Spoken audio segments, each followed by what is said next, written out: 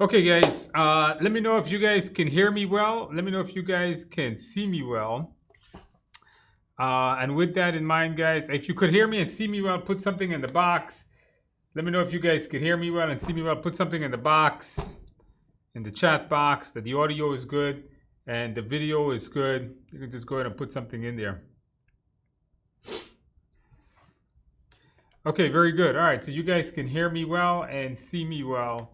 Okay, so if this is the first time you're joining us, what I'm going to be doing is I'm going to be answering any questions that you guys may have about these three certifications, the A+, the Net+, the Security+.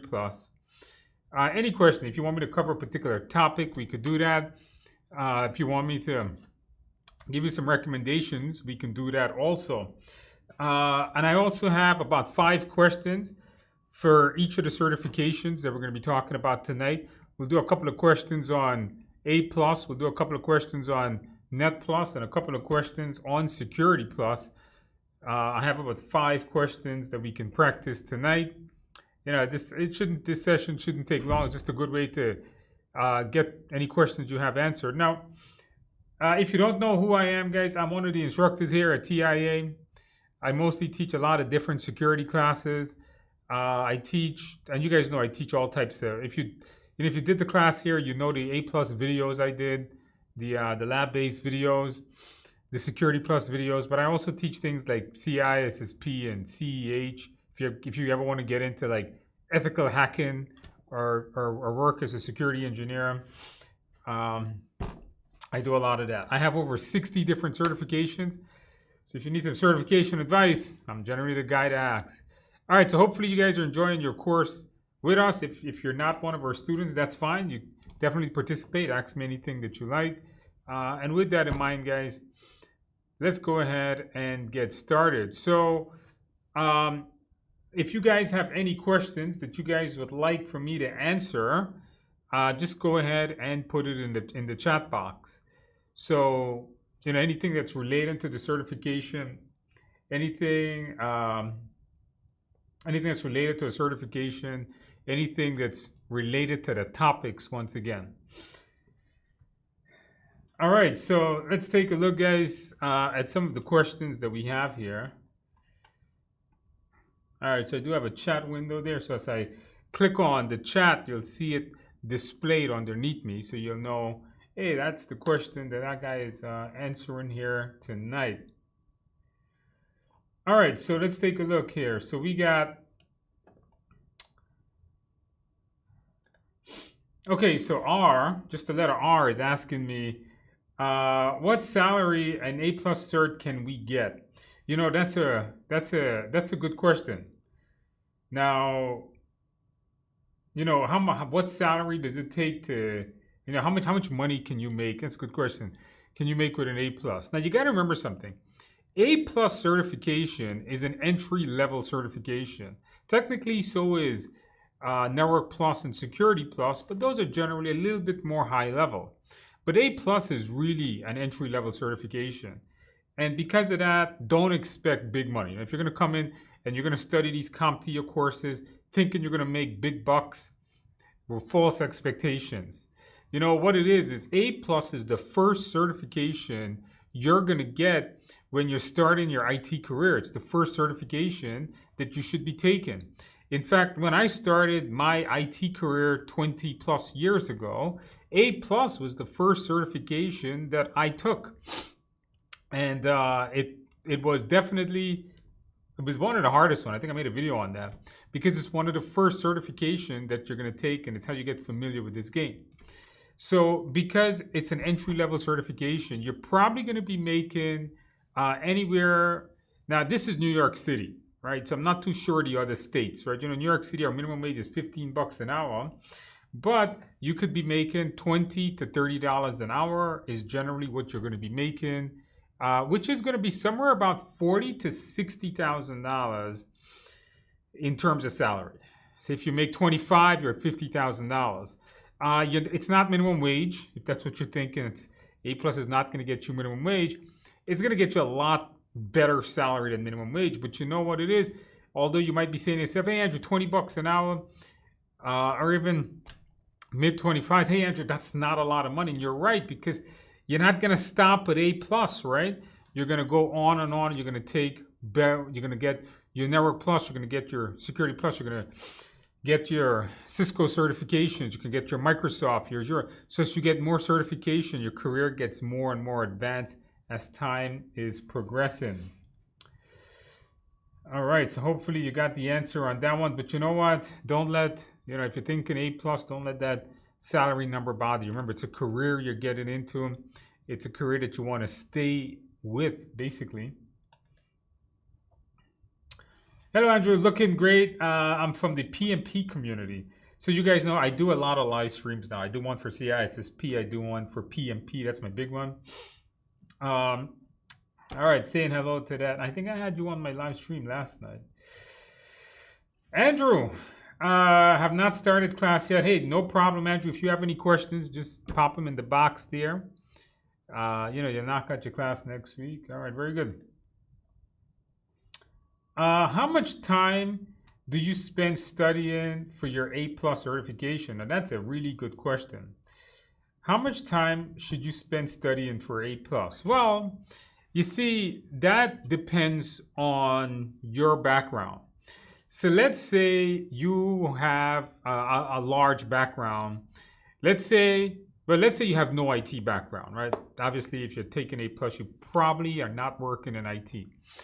But let's say you're a gamer, right? A lot of, sometimes I look at the A plus students or I speak to them, half of them are gamers. And if you're a gamer that has installed Windows and build your own gaming PC, and you know all the little parts of motherboards and how to set up water cooling system and all the latest GPUs and SSDs and whatever you're doing, if you know,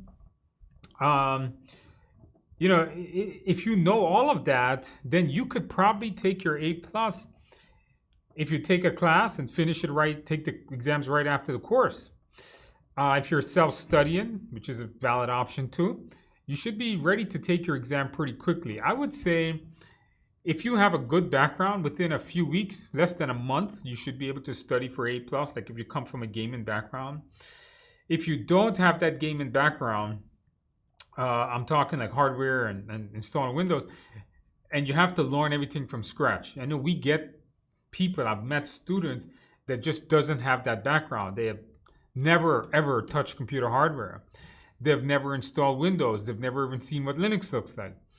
Then it's a bigger mountain to climb. And because of that, you're going to be expected to probably study a good month and a half to 2 months, but you got to put in the work, right? So while somebody may only study for 20 hours and take their exam and pass, others may have to study for 100 hours and then take their exam and pass. It really depends on how much you know coming in, especially for A plus, because A plus just has this giant, really, really big, broad background. All right, versus other certifications that don't. Other certifications don't have that giant, broad background because most people coming into things like Net Plus and CCNA has no background in it. So then it generally takes about a month or two to study. And that's hoping that you are dedicated, right? So if you're not dedicated, you're not putting in the time, you're not putting in the effort, you're watching nonsense on YouTube or you're watching cat videos or whatever it is, then you know what? You're probably going to take a long time. So be dedicated. And you know what it is when you guys are studying to take your exams, it should be fun. I'm not sure if you guys put in the chat box, when you guys are studying for your exams, right? Your A plus, your Net plus, your Security plus, are you guys doing the labs? Are you guys practicing the lab? Is that what you guys are doing? All right, do you guys have that?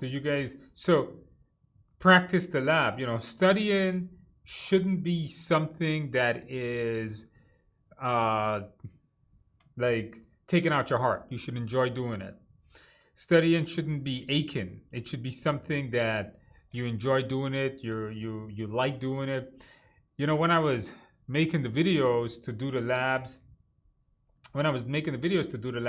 the lab-based course for A plus and Security plus, I had a lot of time. I had a fun time doing it. I had a fun time taking apart the machines and explaining all the parts to you guys.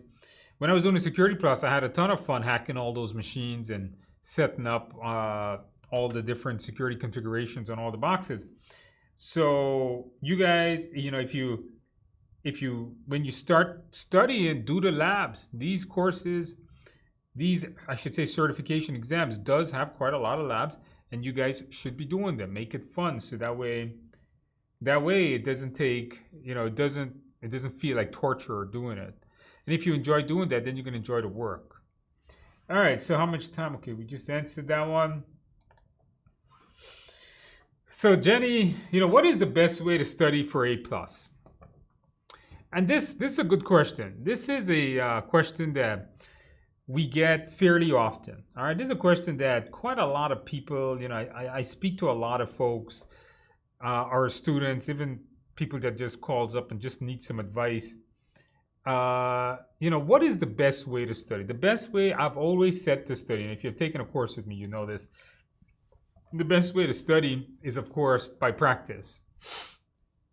Listen, even though your exams, and you guys know your exam is all like multiple choice, even though your exams are just multiple choice questions and you have to just basically memorize large amounts of text or books or stuff like that, at the end of the day, the best way to study is what I just mentioned, is to do the practice. The practice, doing the practice labs is going to be important. Because if you think about it, if you're doing the practice labs, not only are you having fun doing it, like installing Windows or just trying to figure out how to install Linux or going through all those Linux commands, especially in A+, not only are you going to have fun doing it, but you're actually going to develop real world skills. So when you go to a job, you can actually do that particular job. So the best way to study is, of course, by implementing the things you're using. Ask yourself, is there a way to practice this? Now, there are certain topics you really can't practice. Net Plus of itself doesn't have a ton of lab. It is a lot, very, very theoretical. But things like Security Plus has, things like especially A Plus has. And one of the things that I tell students to do, if you took my A Plus class, I did mention this quite often, was you should be purchasing, like if you're taking a course from home or something like that, or you're just self-studying, what you should be doing is going on eBay and purchasing a broken machine, for like $50. Just go on eBay right now and you guys can just purchase a broken computer or a cheap desktop that is really cheap for, like, don't spend more than maybe $50-$60. And it doesn't matter who the manufacturer is, just make sure it's a desktop and take it apart and put it back together. You should be doing that. All right, so you guys can do that. We could probably, we got time tonight. We could probably do that right now. Let me see. So let me minimize this chat here. So let me show you guys what I mean. So if I go to eBay, somewhere around here, whenever I grab my browser, if I go to eBay, and let's go, I'm just going to tell, I'm just winging this, okay? I have not done anything to it. So we're just going to go to desktop computer. And what I want, you don't want a new machine, right? You want something, you're not going to take apart like this machine for $500. Don't buy that and take it apart. You should buy that and use it. But something that is older, so maybe we want a nice tower machine. All right, so we just reduce that there. We can even go like with an old Windows 7 box. And you got to keep in mind, Windows hardware really doesn't change. If you've never used hardware before, they're all the damn same. All motherboards basically have the same layout. Once you can take apart one machine, you can basically take them all apart. So here's a computer for $69. Windows 7 has a DVD-ROM. It has 4 gigs of RAM. This thing works. I would buy this. I would tell you guys, go purchase this right now. Take it home, $70. Take it apart, put it back together. Here's one. All right, this is a really powerful one though. $68, and these are going to be smaller form factors. But you guys can keep looking at this, and you can eventually find something for like $50. I don't know if eBay has a price. Is there a way to sort this thing by price? let's say from $10 to let's say $60. And there you go. Okay, look at this one for $47. This is not bad. You can take this one apart. $43. You know, we have some of these in our cart where we take apart machines. $43. All right.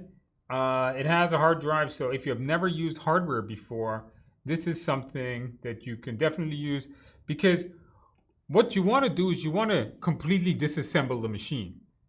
That's the idea. You know, if you've never done this before, buy this machine, take it home, break the whole damn thing apart. If you have my videos, if you have the books, whatever it is that you're studying from, look at the hardware, be able to identify the motherboard, be able to identify where the RAM is, be able to unsocket a CPU and put the CPU back in, know what the heatsink is, know what the memory is, be able to identify all the ports on the back of the machine.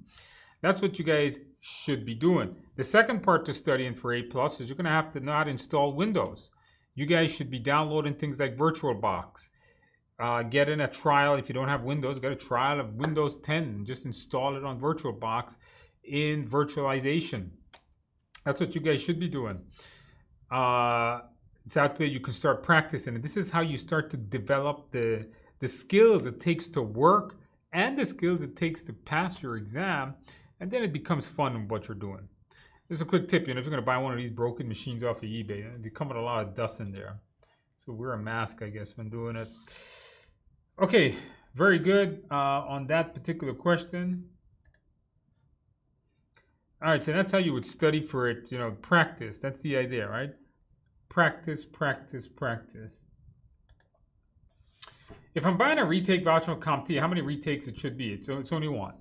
So if you, God forbid, you don't pass your exam, and you need to, you need to get a retake of it. What you're gonna have to do, guys, when you buy that retake voucher, is you're basically getting one retake. So that's why before you go into your exam room, you want to study as much as possible before going in there. Because God forbid you fail, you know, CompTIA has no mercy on this. You fail. And you know, CompTIA exams are really expensive. The A+ is over $200 now. Tony says, after Security Plus, should I get Pen Test Plus or CYSA or an online master's in IT? You know what, Tony? I want to ask you a question, Tony, and then I'll give you the answer. Tony, what's your end goal? You know, one of the things that you guys should be asking yourself is, what is it that I'm trying to accomplish? Now, this is something I covered last week. You want to work in, I'm assuming you want to work in security to go after those certifications. What security are you looking to work into? Last week I mentioned security has 2 points. Security has the defensive perspectives and they have the offensive perspectives. So if you work in defensive perspectives, that means you're defending your network. That means you're going to be doing CYSA, for example. You already got your Security Plus. You're going to be doing Azure security, CCNA security, AWS security, Palo Alto firewalls. These are certifications that's going to teach you how to defend your network. The other path to security is the hacking, the ethical hacking part. That's the part where you're going to study things like CEH and Pen Test Plus and the OSCP, you know, if you hopefully you get to that level one day. That's the path that you have to ask yourself. What is it you're trying to accomplish here?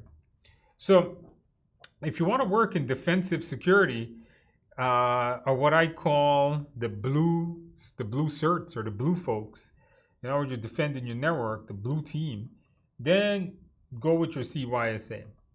If you are going to work as an ethical hacker and you like doing that, then Pen Test Plus.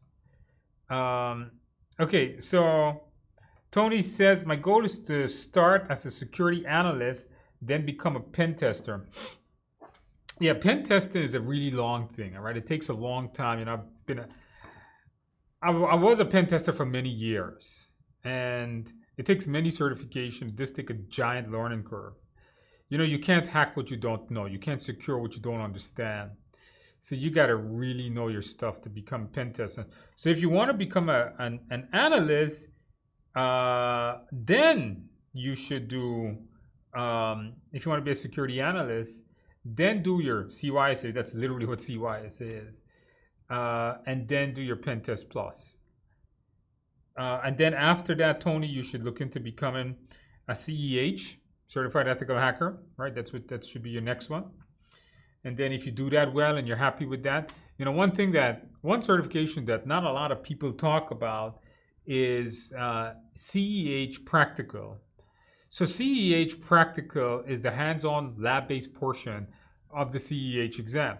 If you're able to get past that, then you can take your OSCP and you're on your way to making 150 grand. But Tony, I don't know where you are in your life right now. I'm not sure if you passed your Security Plus or not. But that may be months, maybe a year away to get to all those levels. But concentrate. Pentest Plus is an excellent certification. So is CYSA. Those are good. So that's what I would recommend for you to do. All right, check me out. I'm checking you out now. See that? What to expect from having no experience at all in IT. I start my courses for security this Saturday. See if you have no experience in IT. So for check me out, can you put in the chat box, do you have any background in IT or you just starting up with security this Saturday? I mean, what's your story on that? So Tony Meyer said he passed security 2 months ago. Okay, so Tony, you took Security Plus with us. You passed it with our classes. Congratulations on that, Tony. Hopefully, if you have time, come back and take. We do have CYSA and Pentest Plus. All right, so congratulations on that, Tony. So check me out. Do you have any IT skills, or you're just a complete newbie? Like, are you a complete noob and you know nothing about IT and you're just starting up with security this weekend? So here's the deal. By the way, you see me looking down is because I have the chat window on my phone here. The bottom of it. This window, I can't see the bottom of the chat. So check me out. So just starting off this Saturday, but I do know a few about CPU. Okay. So if you have really no IT background, like you've never installed Windows, you don't even know the difference between a router and a switch, I would say security is not a good start. I would say go start your A+. One of the common mistakes that people make when studying for IT security, and I know IT security is a big topic now. One of the most common mistakes that people make is they start out studying security, but that is incorrect. You should never start out studying security, guys. Security is not the beginning. It may be the middle or the end, but not the beginning of your studies. Okay? Not at all. Now, why? Because you can't secure what you don't know. A lot of these security classes, like Security Plus, for example, would assume that you know what a router is, would assume you know what IP addresses are, would assume you know what a switch or a hub is, just assume you know what the OSI model is. Oh, this attack happens at layer 3. You're like, what the hell is layer 3? If you know the answer to that, I would say get your A+. Listen, to do your Security Plus, guys, do your A+, do your Network Plus, then do your Security Plus. That's the way you guys should be doing it. That's the way CompTIA wants you to do it. The knowledge builds, man. In my Security Plus course, I just taught it. I'm not going to go over IP address. You should know that when you come to Security Plus. I'm not going to tell you the difference between a router and a switch. You should already know that. I'm going to talk about firewalls and assume you know what a router or switch is. For check me out and for all of you guys tonight, just remember something. You can't secure what you don't know. All right? So we can't cover security concept and say this is how you secure a router, but you're sitting there wondering, what the hell is a router? What does it do? All right, so you want to make sure you do that better as time is progressing. Now check me out. I don't know your background. I can't assess your entire background here. But if you do have the knowledge of like A+ and Network Plus, knock yourself out, take your Security Plus. But eventually you may want to go back and do certifications. I do want to mention Tony brought this part up. An online master's in IT. And I forgot, I wanted to talk about that. Tony, do you have a bachelor's degree already? Maybe you do. Maybe that's why you said that. One of the common things that people say is, should I get a degree? Should I get a degree, like, especially like master's degree? Tony, if you have a bachelor's degree, I would not worry about a master's degree yet. Master's degree, especially master's degree, are mostly used in IT for IT management. So I wouldn't recommend that. Tony, if you're going to, it's energy, right, Tony? It's energy. When you take your energy, basically your time and your dedication to studying, you got to ask yourself, Tony, what's going to give you the best return? What's going to give you the best what you want? If your idea is to be a pen tester, don't worry about the online masters. That's garbage for you. Concentrate on your certifications, like your OSCP. That'll worth a lot more in pen testing than a master's in IT. Now, Tony, if you're like going to be 50 years old and you've worked in IT, I don't know your full background, Tony, but let's say you're a much older person. Listen, I'm 40 years old. Maybe you're my age and you're like, I'm sick of IT, man. I've done, like, listen, guys, I'm really sick of IT. I can't do pen testing anymore. I'm too old for this stuff now. So maybe then Tony could, if he's sick of IT and he just wants to manage it, then an online master's would work. All right. So when you got your certifications, I didn't get I have a master's in IT also. I have a master's in information technology with a specialization in project management. And I didn't get that till about 3 years ago. All right. And I needed it because there's a type of there was a designation I needed in the education world that I needed. So all of you will probably get degrees later in your career, probably not right now. Okay. All right. Very good. Andrew, I've been doing IT for 30 years. Okay, very good. Andrew, you have been doing IT for longer than me. I've been doing IT for about 20 years. I know most of the A+ questions. What is the best way to study? So then what I would do is just glance through the book. If you have the course, go through all the presentation, go through the slides. You should take your exam. You should be, if you know it well, you've been doing this a long time and all you want is a certification, you should be doing a lot of practice tests and you should be scheduling your exam ASAP. If you have if you have been doing IT and you've been installing Windows all day long because you've been a desktop support technician, and you've been taking apart computers and put it back because once again you're a technician, obviously don't do the labs. Don't waste your time. Doing the labs is for all the noobs. It's all the newbies that has never done it before. But if you've been doing it all the time, I would skip all the labs, hit the book, just run through it. When you come to topics, like if you know what USB is, don't read that section. But you're going to have to memorize specific things about USB. You got to, that's a C, that's a micro, that's a mini, that's a, you have to know the different ports. So if you can do that, just whatever so you should be able to take your A+ very quick and just get it out the way. Taking the test app, how soon? Right away. That you see, during the class, you should be doing your practice exams. So you should be ready to do it right away. I would say if your class ends Thursday, do your exam starting Saturday. Give yourself a day. And one of the things that I'm going to tell students is scheduling the tests. People come to us and they take classes, right? They take their A+, their Net+, their Security+, and so on. And one of the things that I tell people is this. All right, this is what you guys got to know. A lot of times people come in, they're excited to start taking their certification exams. And what happens is sometimes it's difficult to stay focused, right? You're studying, you're going through a course, and even if you self-study, you're going through the book, you're learning, you're doing labs, but it's very difficult to stay focused. It's very difficult to stay motivated. The way to get around that is go schedule the tests. What you guys should do, here's what if I was you guys, this is what I would do. you start a class, or even if you self-study, all right, you don't necessarily need to take a course, but let's say you just want to self-study it. Here's what I would do. I would schedule the test. So I would say I want to be A plus certified by March 15th. So you know what I would do right now? I would go buy the exam voucher. I would go to Pearson VUE website, and I would just schedule the test for March 15th. Keep in mind, I haven't even started studying yet.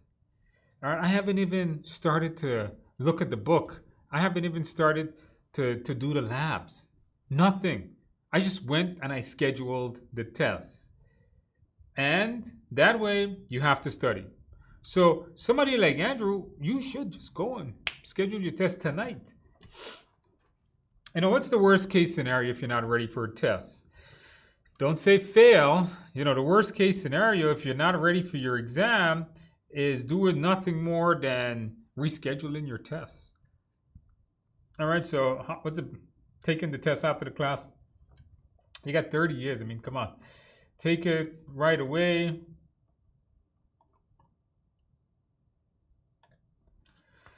Have not done anything. We'll do the labs. Okay, Andrew, if you can do the labs, and if you don't know all of them, do the labs. And if you're taking, I don't know what course you're taking. If you're taking it with us, but if you're taking it with us, you have the videos.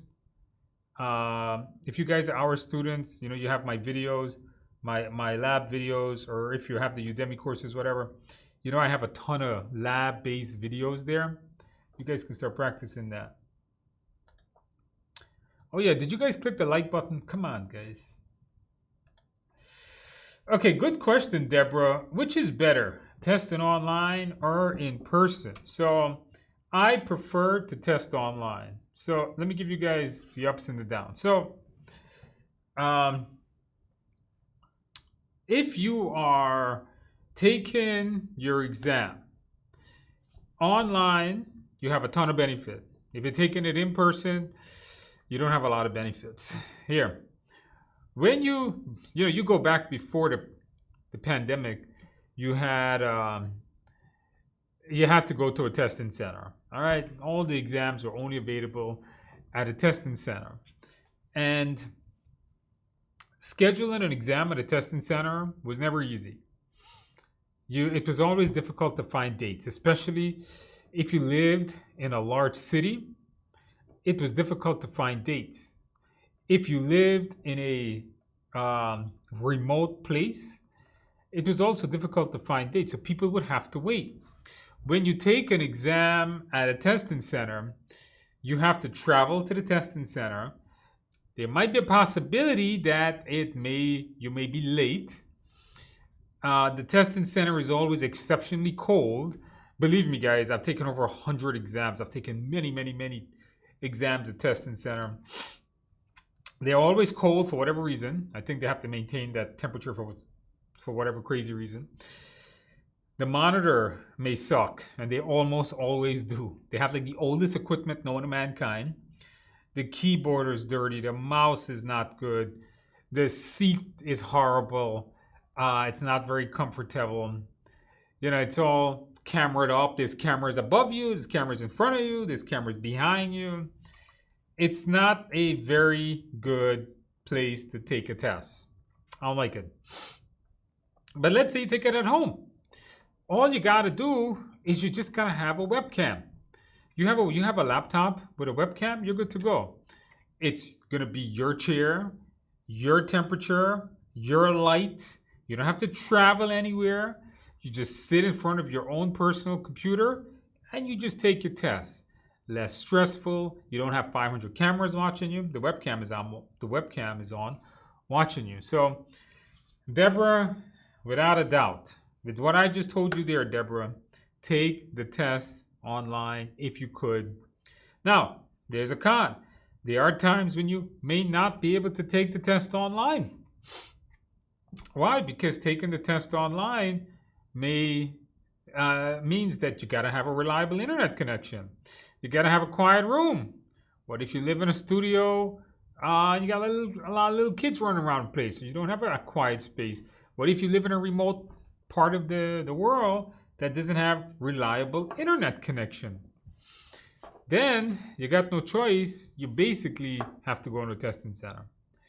See, if you don't have a good internet connection, you don't have that camera on your computer, you don't have a quiet place, then you got no choice. But if you got to make a choice, take it online. And we talked about this guy. How many hours do I have to study for A plus? So that's something I mentioned earlier, right? To study for A plus, you're gonna have to. It depends, right? This we covered a little bit earlier. You're gonna have to, depending on your background. Some people may spend 20 hours. Some people may spend 30 hours. Some people spend 10 hours. It just depends on your background. But most people takes about 2 months to pass a certification exam. Is generally what most people think. Anywhere from 1 to 2 months is the general gist of how long it'll take to pass a certification exam.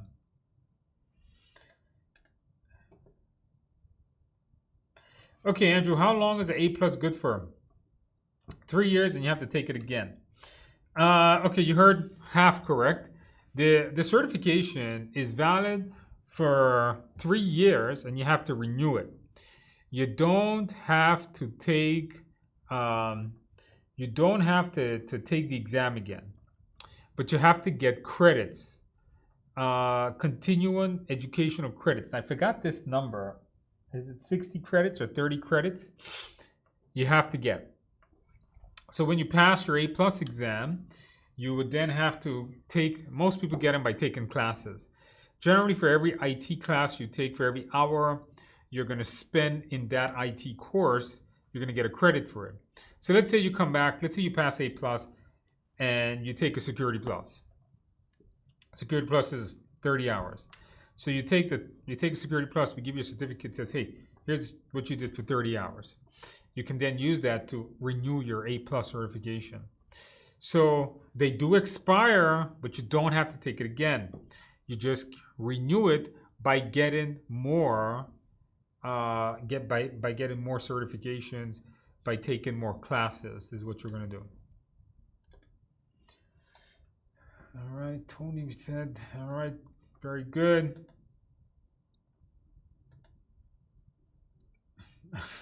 I've done it all. Okay, Andrew, then I would skip the labs, Andrew. I think you know it. There's no point in doing the labs. If you know them, you did them, concentrate on your practice exam. Try to average 1 practice test a day. Is that enough? Yeah, I think you're going to be fine. So if you're doing 1 practice test a day, you've reviewed your study guide, you should be able to take a test sooner than later there. Okay, very good. View rant. Yeah, I always, people know that if you've listened to me before, I've always told folks, don't take the test at a testing center. Always take the test online is what I always tell folks. So that was that basically was a view rant. Okay, very good, guys. Okay, so what I'm gonna do with you guys now, okay, I've covered everybody's questions. There's only 20 of you guys, so we got a small group here. What I'm gonna do is I'm gonna do some practice questions with you guys, and you guys are gonna be putting the answers in the box here. So I'm going to show you guys some practice questions, and then you guys are going to answer them. So we got 3 sets of practice questions: A plus, Net plus, and Security plus. So if you're studying for them, now even if you haven't studied for the certification, let's say you're starting out with your A plus, watch the questions to see what the Security plus looks like, what the Net plus. It's always good to see what the certification questions looks like and what you're getting yourself into. That way, when you get around to it, you're not a complete noob or new to it. So let's go take a look at some practice questions. I got 15 questions, 5 A plus, 5 Net plus, 5 from Security plus. So let's go take a look at them. All right, so we get some. We'll start out here by doing some A plus questions. What I want you guys to do is put the answers in the box, okay? Type the answers in the box. Hold on, guys. Hold up, guys. You know what? I lost my chat window. Put that back. All right, we're good now. All right, so let's do some practice questions here, guys. All right, so let's take a look, guys, at practice question number 1. Now, this is A plus. So if you're studying for your A plus, hopefully you can be able to get this right. It says a technician needs an Ethernet cable which would best support a server but requires 400 megabits at the lowest price point. So the technician needs an Ethernet cable would best support a server but requires 400 megabit at the lowest price points. He wants the cheapest one. Is it a Cat 5, 4, 6, or 5E? So one of the things you're going to notice in A+ is you're going to have to memorize all these cable types things, like how fast they are, what's the length of this cable, what's the speed on this port. These are common A+ things that they're going to ask you. So I want you guys to go ahead and put the answers in the box. Let me know what you guys think is the answer, guys.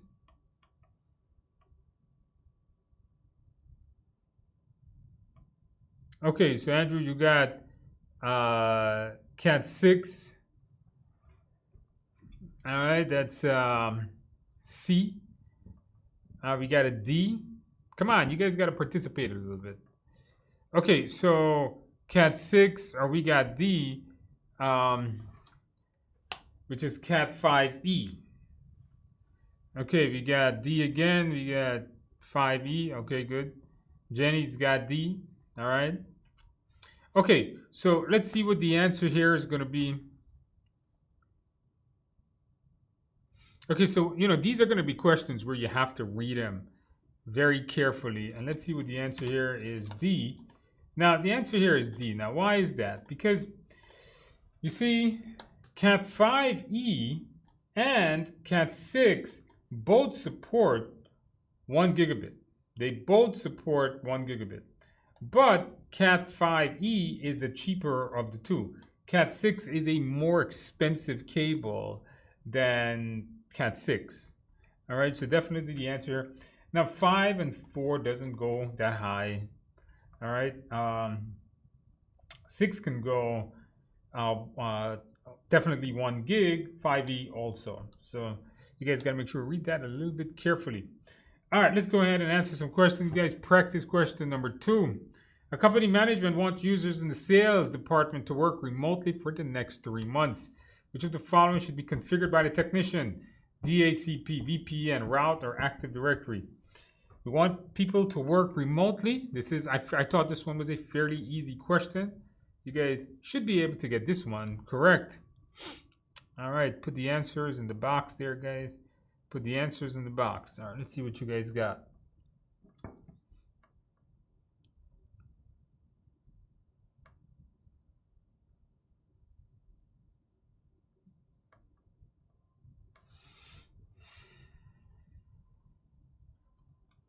All right, guys, put the answers in the box. Okay, so one of the things that you guys are going to have to know when you take an IT exams, I mean, it's the first time you're seeing these questions. There's a lot of acronyms in IT. And if you study IT, you're going to go crazy with acronyms. You're going to see way too many acronyms in real life. So IT is just loaded with acronyms. So I'm going to show you guys.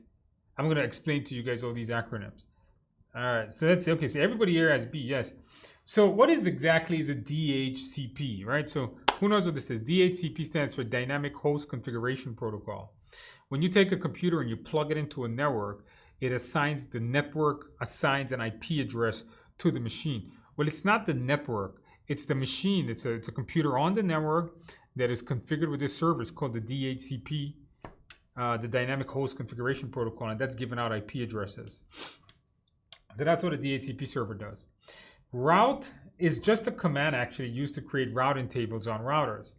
Active Directory allows you to manage users on a network.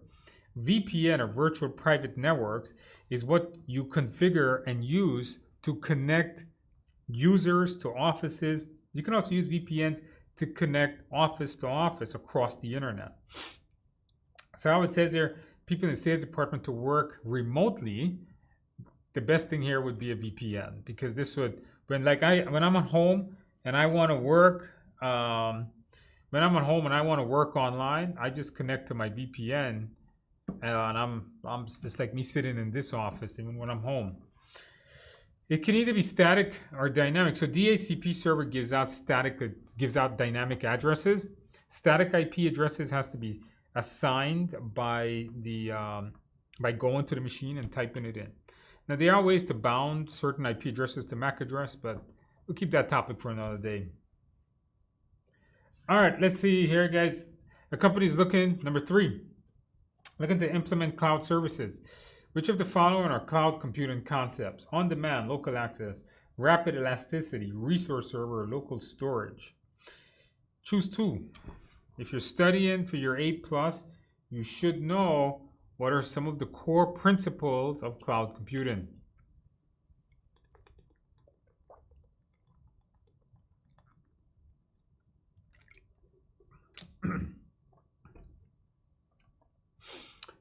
All right, guys, go ahead, guys. Some of the core in cloud computing. You gotta choose 2. Choose any 2.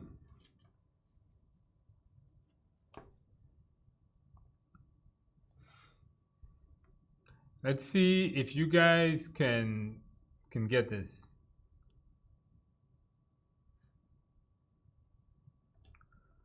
Okay, what do we got? A and D. We got a lot of Andrews on here tonight. We got Andrew, we got Andy, we got me again. Yes. A and C. Okay. C and D. All right. A and C from Deborah. Okay, let's see what the answer here is. Okay, so we got to know cloud concepts. Now, if you haven't used cloud, you've been living under a rock. We all use cloud.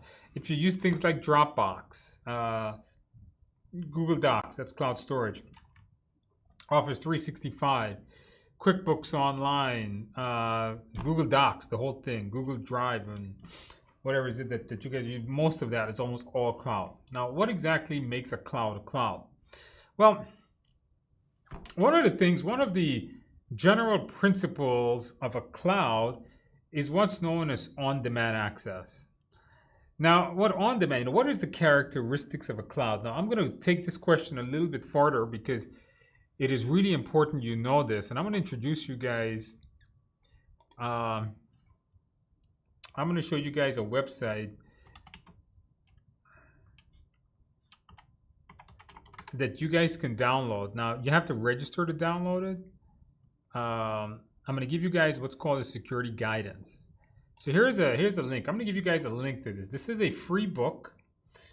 You know, if you're studying for your A+, your Net+, your Security+, your CISSP, they all have cloud concepts. So if you guys are looking for a condensed guide that gives you good cloud concepts and easy to read format, and it's free, you guys can download this. I'll put a link here in the chat. This is the security guidance. Now it is free. You just have to register. And you click download, and it's going to want you to do some registration here. And I don't know if I can register without giving my email. Let's put a name in there. Let's see if I can download it without giving them a fake email.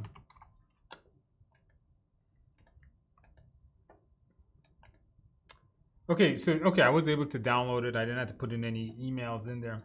But in this guide, it'll tell you, like, you guys can read about this. This is really good reading for you guys studying all, I recommend this reading to all my students. So when you're thinking of a cloud, right, what exactly are the essential characteristics that makes up a cloud? When somebody says, oh, I have my data in the cloud, or the company says, we're storing our data in the cloud, what the hell does that mean? When somebody says this is a cloud service, what do they mean? So this organization, which is called the Cloud Security Alliance, makes up a lot of the definitions and the terms that we use in cloud computing. For example, one of the things we just saw with the answer is resource pooling. What exactly is resource pooling? What is the most fundamental characteristic? The cloud is a pool of many, many servers, many workstations. So you go into an Amazon data center, AWS, they're going to have hundreds of servers, maybe thousands of servers laid across their buildings, and we're utilizing, definitely not hundreds, thousands of servers, and it pools them and makes them look as one giant set of resources. So it's resource pooling. So it combines a lot of resources. It's not just this server and that server, it's those two servers working together. The other thing is that it's going to be on demand. So one of the things with the cloud, and you saw this as well as part of the answer, was on demand means you're able to go and configure it. So I can log in. So if you guys watch the Security Plus videos that I did, you'll notice that I showed you guys how to set up platform as a service and infrastructure as a service. I logged into my AWS account. I was able to then set up a virtual server or a virtual platform by myself. So it's on demand. We're able to manage it without having to talk to any administrator. Cloud is also broad network access. So what does that mean? Broad network access means that it is it's available anywhere. You can't say something is in the cloud if only certain people can use it, right? It means anyone around the world can use it. Rapid elasticity. So this means the ability to expand and contract as needed. So what does that mean? What does it mean to expand and contract as needed?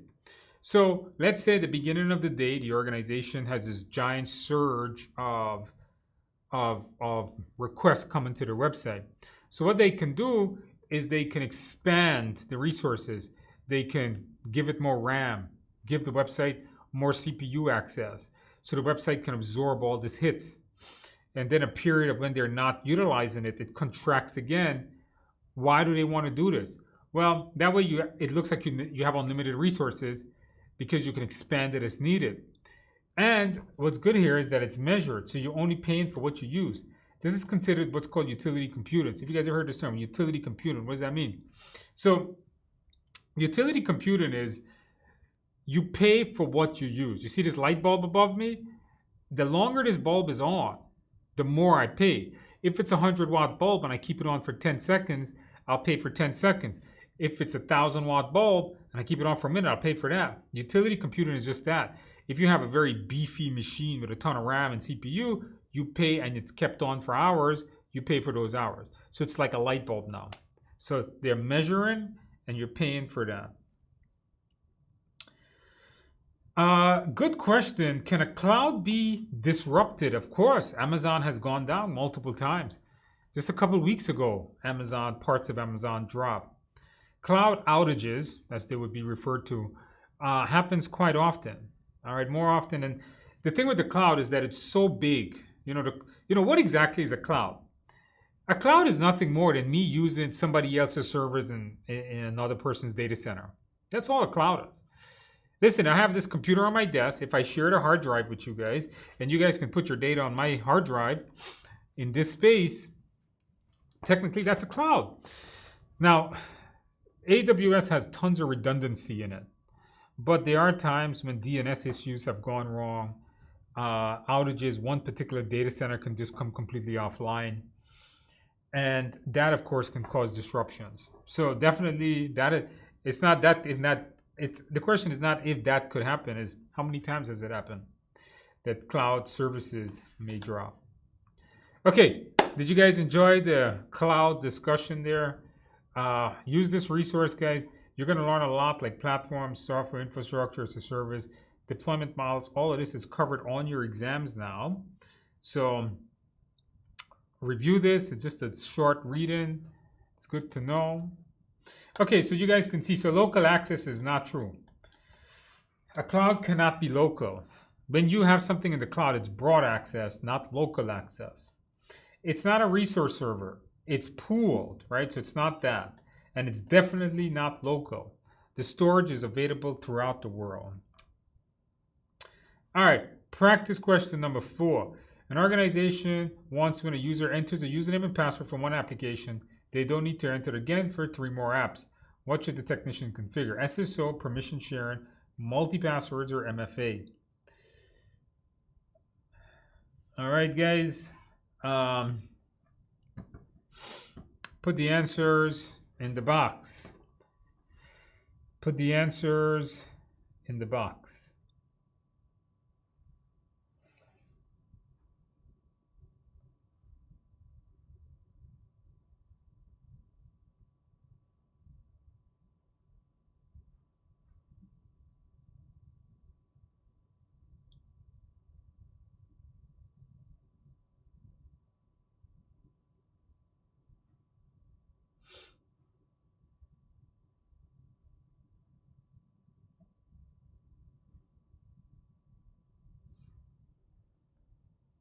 Okay, we got a couple of A's. All right.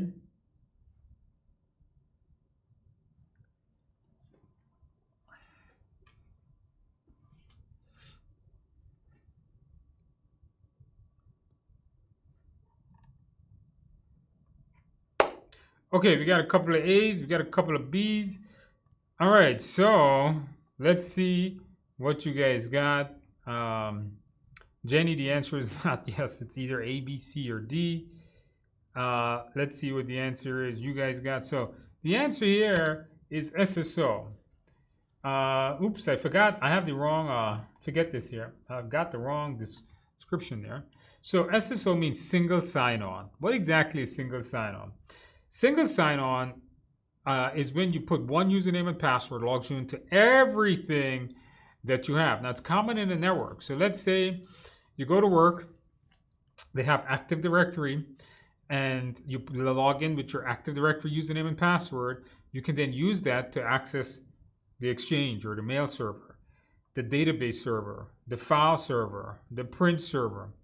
So with this one username and password, now you're able to access all these different services or applications throughout your network. That's considered single sign-on. That way you only have to remember one username and password from multiple applications. Permission sharing, there's really no such thing. Multi-passwords, that would go against what the question wants. MFA, multi-factor, this is how you log in. MFA is related to SSO in the sense that there are three factors that you can set up when logging into a system. Something you know, which is a password, something you have, which is like a smart card or a token, and something you are, like biometrics. So these are just the factors of authenticating.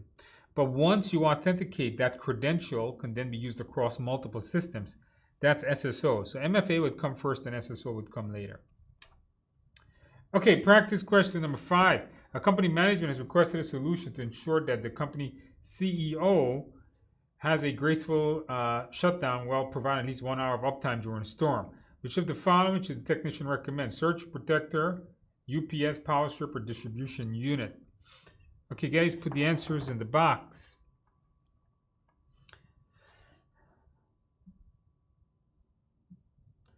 All right, let me see what you guys have.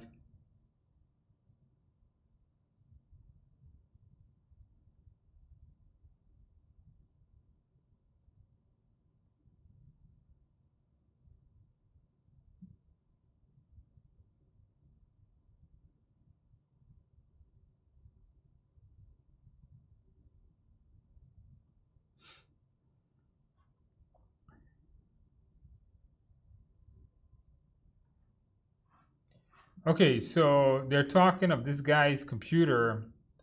What should we have in here?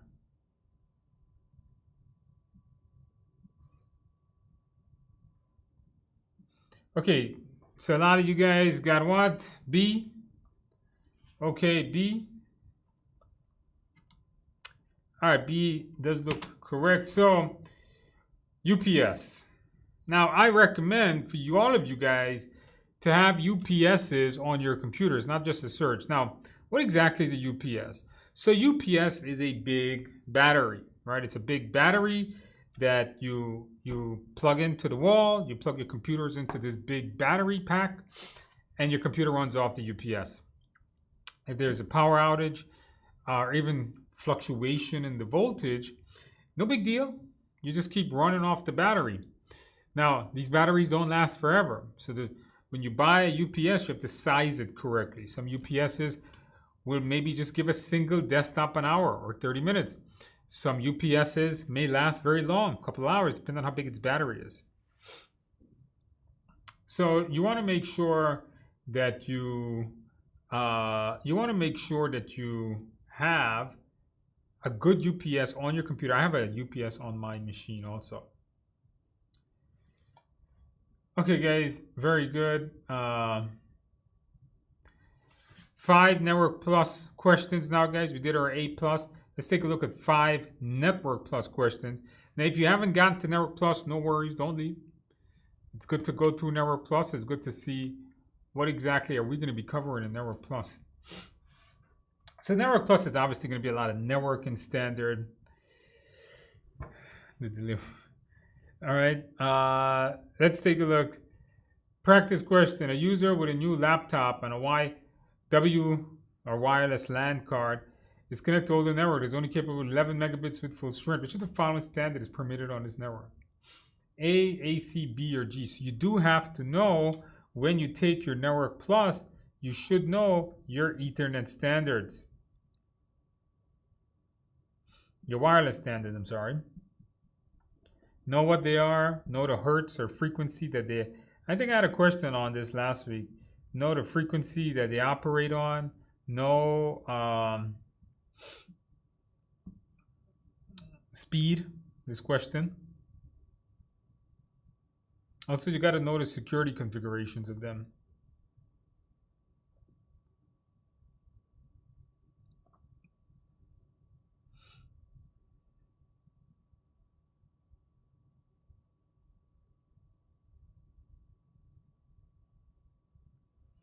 Okay, guys, go ahead, put the answers in the box, guys. Go ahead, put the answers in the box.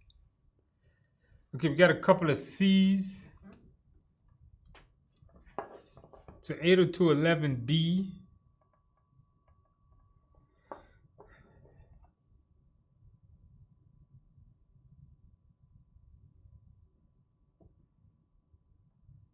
Now remember, if you haven't been studying, if you didn't study this part, it's very difficult because to get this correct, you really need to memorize this. Like you really, really need to memorize these standards.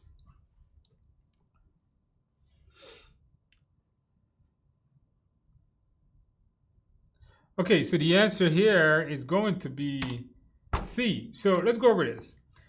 Wireless A is a much older standard, but it ran, I believe, on 54 megs.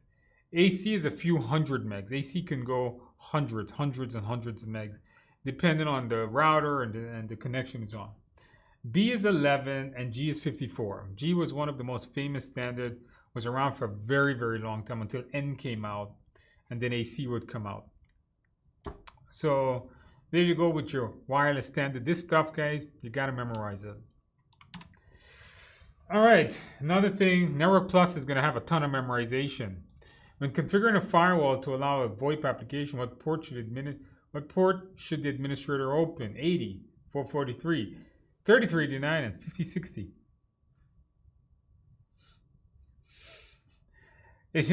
Studying for Network Plus drives people crazy. I know, because you have to memorize all these ports, right?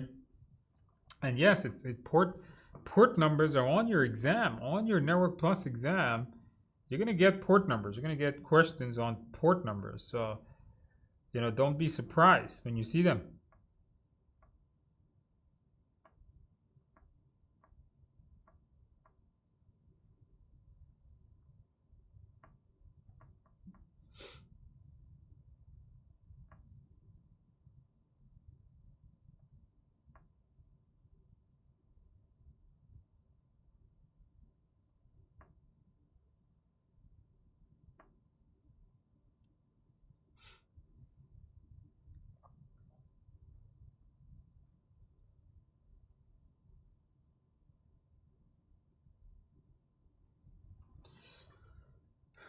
Okay, so we got these.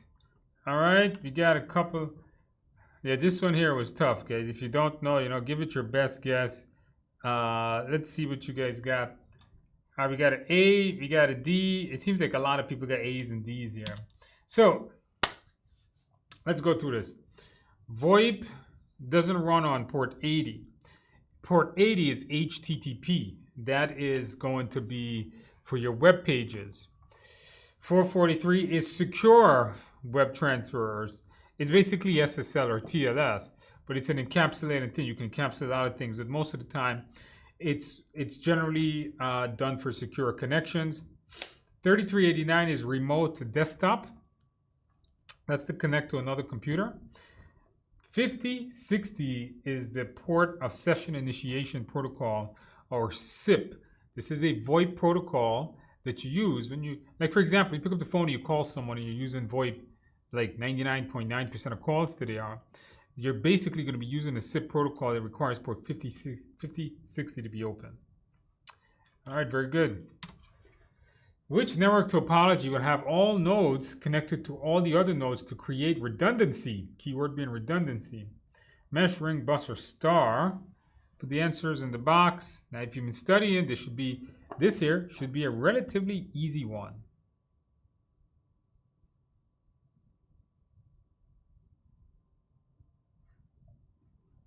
If you've been studying, this here should be a relatively easy one.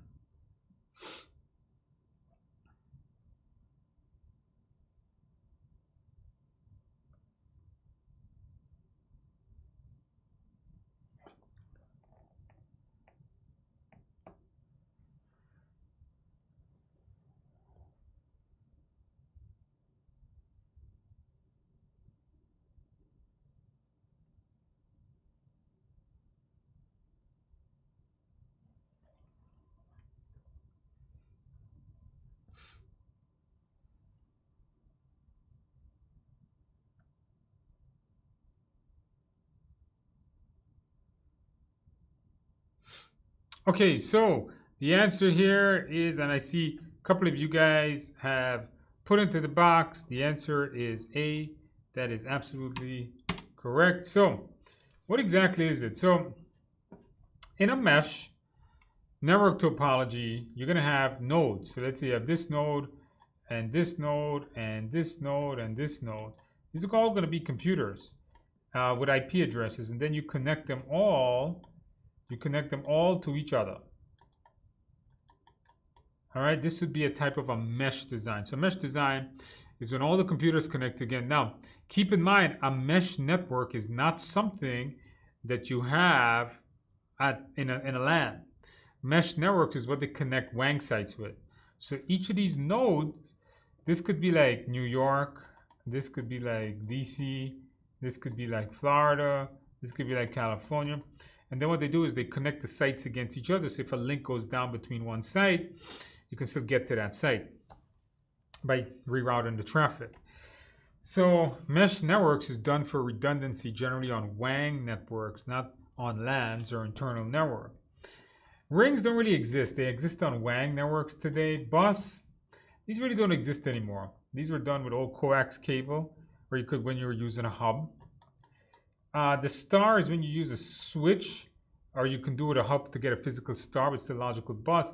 So star is what we're going to use today in most of our LANs. It's when everything connects to the switches that we have.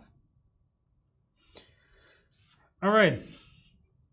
It's more of a security question. The network administrator wants to ensure that sensitive data is not able to leave the company through emails. Which of the following should be implemented? DLP, firewall, NDA, or SLA? All right. Put the answers in the box, guys. Put the answers in the box.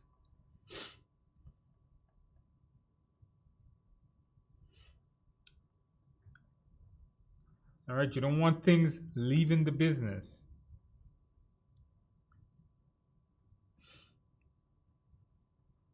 If you know the acronyms, by the way, if you know the acronyms, it's a pretty easy question.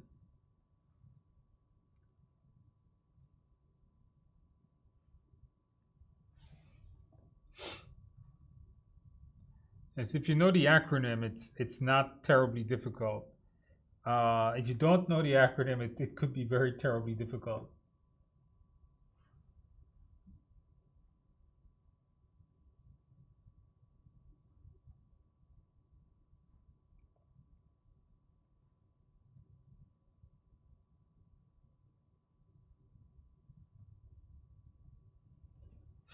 Okay, everybody seems to have an A and a C. All right, we got a couple of A's and a C, or a couple more A's. Okay, so the answer here is definitely and A. Now, what does it mean? So if you knew what it means, it was pretty easy, right? Because you see, data loss prevention. So data loss prevention software, or DLP software, is what businesses implement to stop people from like email and things like social security numbers or date of birth or credit card information. Now you can go and configure your firewalls. You can configure your email servers, and then or you can buy dedicated like Symantec's DLP, McAfee DLP servers and software. Secure Trust is another famous one.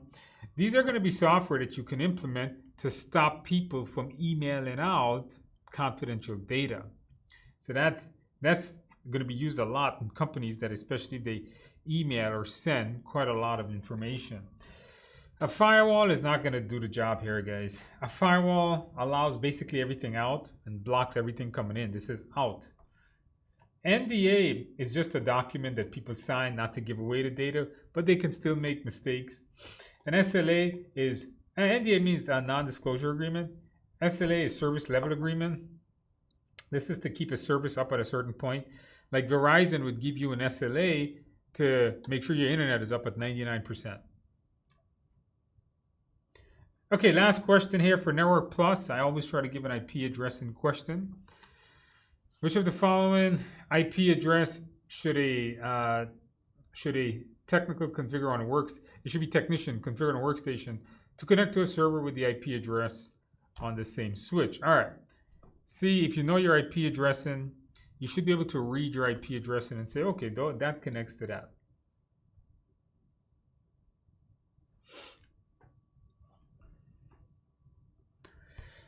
Let me see how many of you guys knows IP addressing.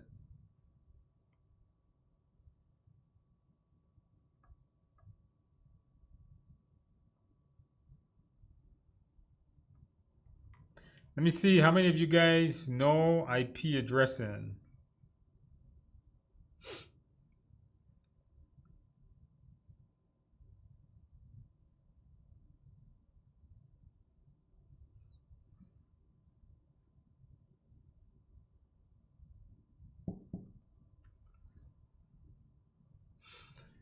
Okay, we got C for one person. We got A, a couple of A's.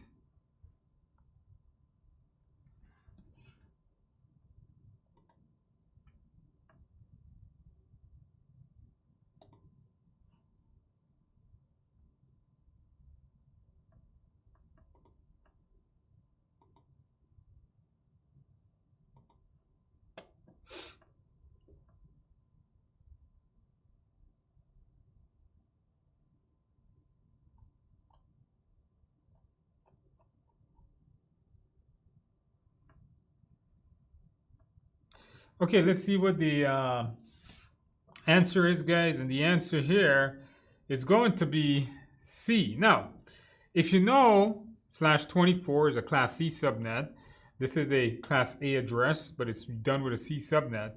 So when you have a /24, your subnet mask is what? It's 255.255.255.0.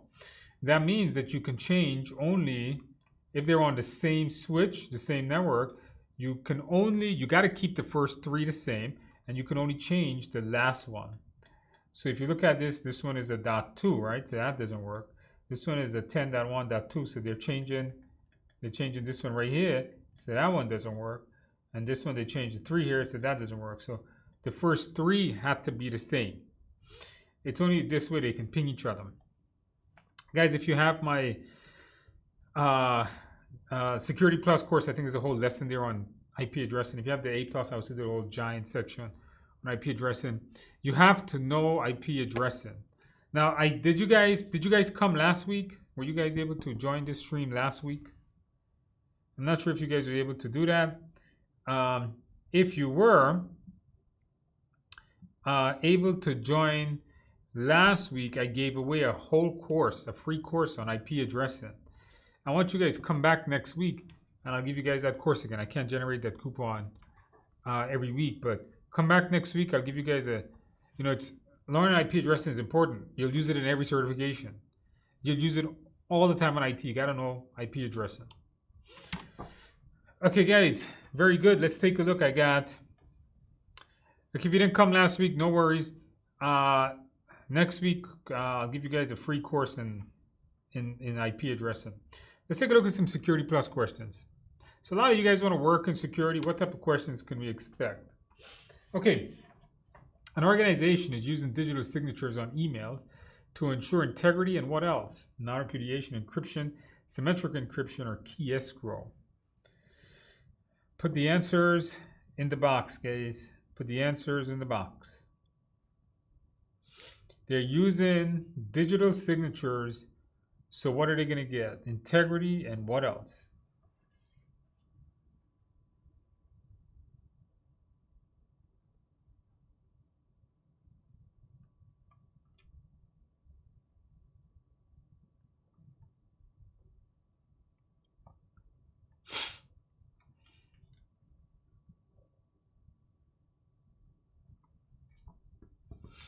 All right, if you have not studied anything in security, you don't know what it is, give it your best shot.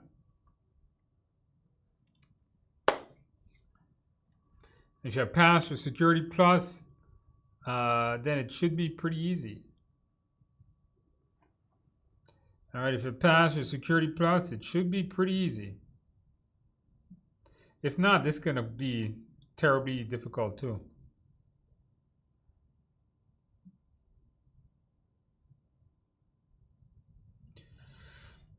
Okay, I think most of you guys got this right. So the answer here is A, non-repudiation. So here's what this means. So let's just say this. When you digitally sign, so digital signatures is basically an encrypted hash. It uses a public-private key, and they hash the message and they encrypt it with the private key. That's called signature generation. And what does that mean is this. You see, when somebody digitally signs a document, like an email, and sends it, you are going to be 100% sure it came from the sender. So if I digitally sign something and I send it to you, you will know that it came from me, and I will not be able to deny that it came from me. That's non-repudiation. Encryption, it doesn't do. All right? It doesn't encrypt data. The email, the message stays in plain text. Symmetric encryption is the same thing as encryption. That doesn't make sense. Symmetric encryption is like AES encryption, what you use to encrypt data. Actually, digital signatures has really nothing to do with symmetric encryption. It uses asymmetric encryption. Key escrow is to store the key to get, in which case governments can get the key to unlock data. None of these here make sense here, guys, for this. But it's a definition, right? If you didn't know the definition, there was no way, or understood it, there's no way to get this one right. Okay, users in an organization want to ensure their messages are not intercepted or altered during transmission. Which of the following security principles should be of concern? Permissions, accountability, confidentiality, or integrity? Choose the best answer, guys. Choose the best answer.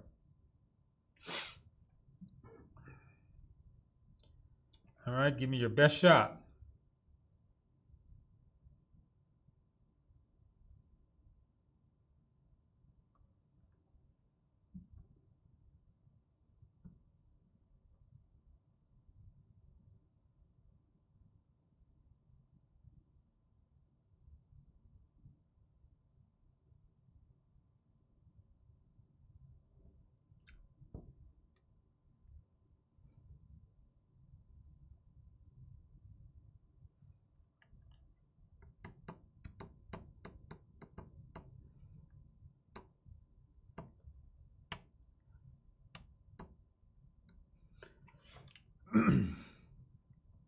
Okay, guys, a lot of you guys here has D as the answer. That is absolutely correct.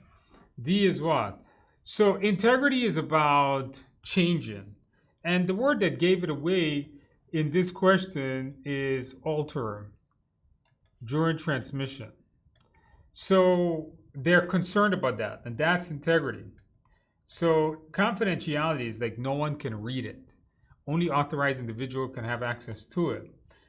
It's not that. They're concerned about altering. Availability.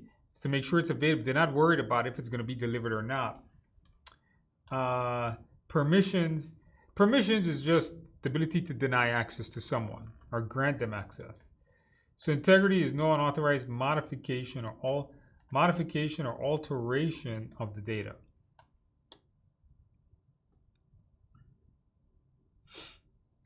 Okay, guys, practice question number 13. The system administrator installed a patch during the night. The next morning, the server crashed. Which of the following could help reduce the likelihood of this situation occurring in the future? Incident management, change management. I got incident management twice, unfortunately, and access reviews. All right, so what do you guys got? Put the answers in the box here, guys. This is what happens when you do the questions at least, 30 minutes before the class starts. Give it your best shot, guys.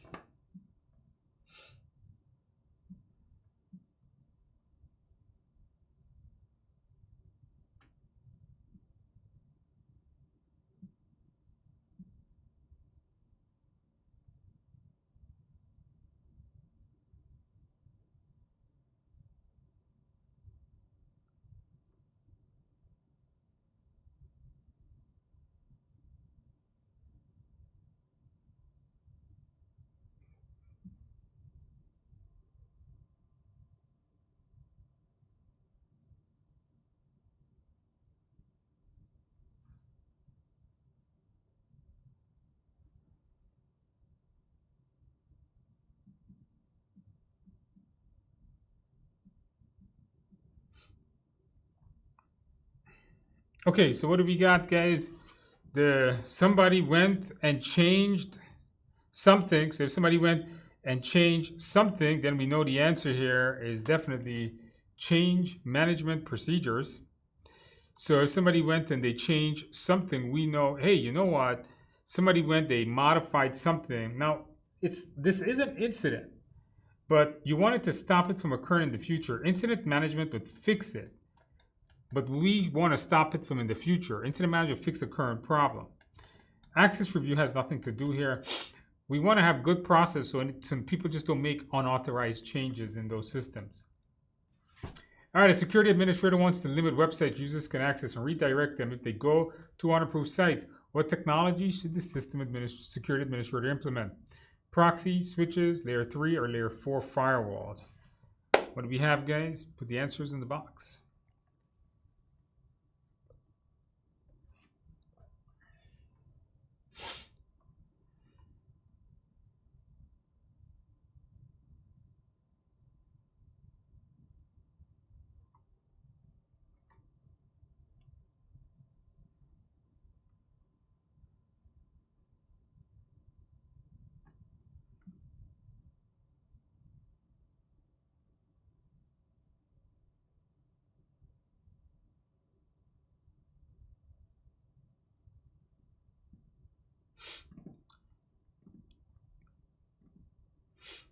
Okay, guys, put the answers in the box. Let me see what you guys got.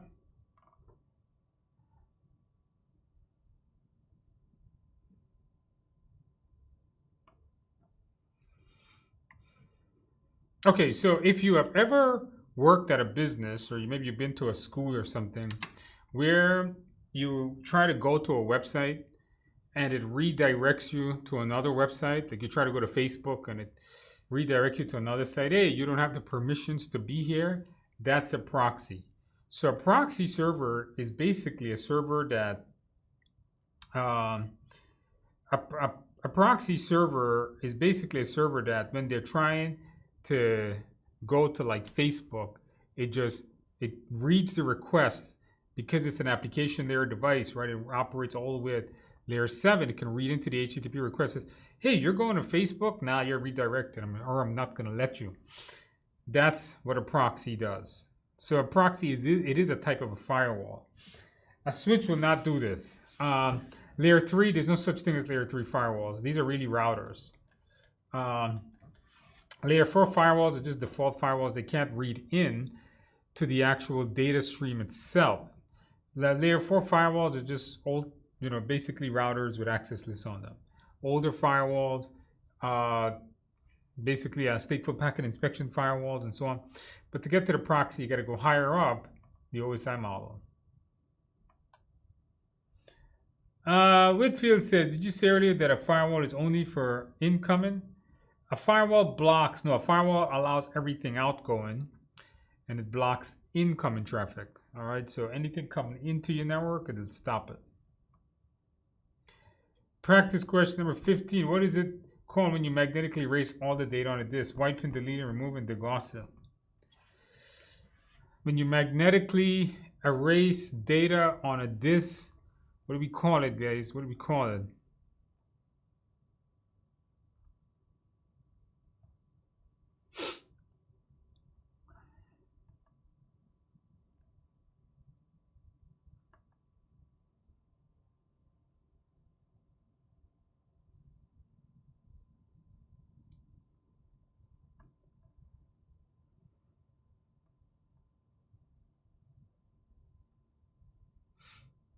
Okay, guys, put the answers in the box. We got some D's. Okay, D's.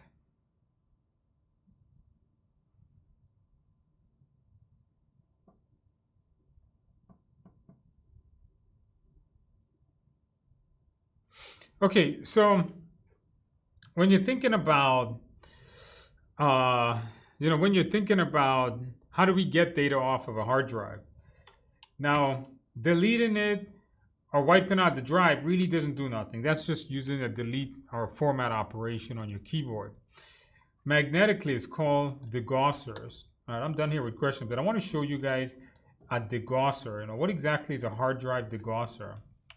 So before we go, I'll show you guys what this looks like. So if you've never seen one of these things, here's what this is.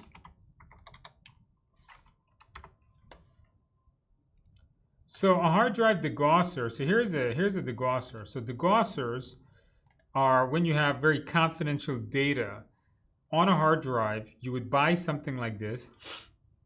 Now this only works on magnetic drives. Think of old-fashioned spinners, like a SATA drive. It's a hard drive, right? With platters and disk in them, not a solid state. Not like an NVMe drive or a SATA solid state, just an old-fashioned SATA or IDE hard drive. So you'd put your hard drive in here or even a tape drive. And this thing here it has a big magnet. It wipes the data out in 7 seconds. And it's a big magnet. I mean, you look at it, look at all the compliances, if you guys follow compliance that it'll meet. So if your hospital, for example, or your clinic has to follow HIPAA compliance, you got to get rid of the data by HIPAA standards or PCI. If you guys collect credit cards, you're going to need something like this. Or if you work in the DoD, and the secret data is on there, not top secret. Top secret is going to require you to like shred it and stuff. So this thing is just a box, and if you want to know, it weighs 34 pounds. So it's a really heavy box. And if you ever try to pick up like a 25-pound plate or 45-pound plate, it's right in between that. It's a pretty damn heavy thing in a little box. That's how big the magnet is. The other thing that you may see appear on your exam at some point is what's called a hard drive shredder. So shredders are like copy machines. And these are shredders. These are big copy machine looking things you put your drive into. They have rotors in them. And basically, it does what it says it does. It shreds the drive, as you guys can see here, into tiny itty bitty pieces. Look at that. You can eat that and probably still live. It's like dust. I've never seen one like that, but they look like this. Okay, so that would be shredding the drive, but the question did ask about degaussing, which is magnetically erasing the drive. Okay, guys, did you guys learn a lot in my session tonight, guys? Did you guys learn a lot? Was I entertaining enough for you guys tonight? Okay, guys, I hope so. Okay, and with that in mind, guys, I am done for tonight. I went through some practice questions with you. We're going to be doing this pretty much every week. So if you guys, I'm going to be doing practice questions with you guys. You're able to test your knowledge. You're able to ask me questions, and I can answer them for you. So if you guys, by the way, if you guys know anybody studying their certifications, A+, Net+, Security+, tell them, hey, join our stream. The more people on, the more questions I'll answer. So if you guys know, maybe you're in a Reddit forum or something, maybe you're in a Discord group or something, you know, tell them to join us. The more we have, the better. And you know, I do a live stream on Tuesday night. Last night we had like 130 students, so good. We had a good time there. Okay, guys, and with that in mind, guys, I am finished for tonight. I will see you guys next week, Wednesday. Come back, join me again for another 5 questions, A plus, Net plus, Security plus. I will see you guys in a week. Come back again. By the way, don't forget, subscribe to the channel. Click the notification bell, so when we add a video or I do a stream, you guys will be the first to know and you would miss it. So with that in mind, guys, have a good night, and I will see you guys in a week from now. By the way, good luck on your exam, okay? How do you invite others? Oh, just give them the link to the channel. All right? That's all. Just say, hey, check out this YouTube channel and subscribe to it. And when we do a stream like this again, next week, Tuesday, every Wednesday night at 6 o'clock. That's the idea. That's the schedule I'm going to try to stick to. Okay, guys. Have a good night, guys.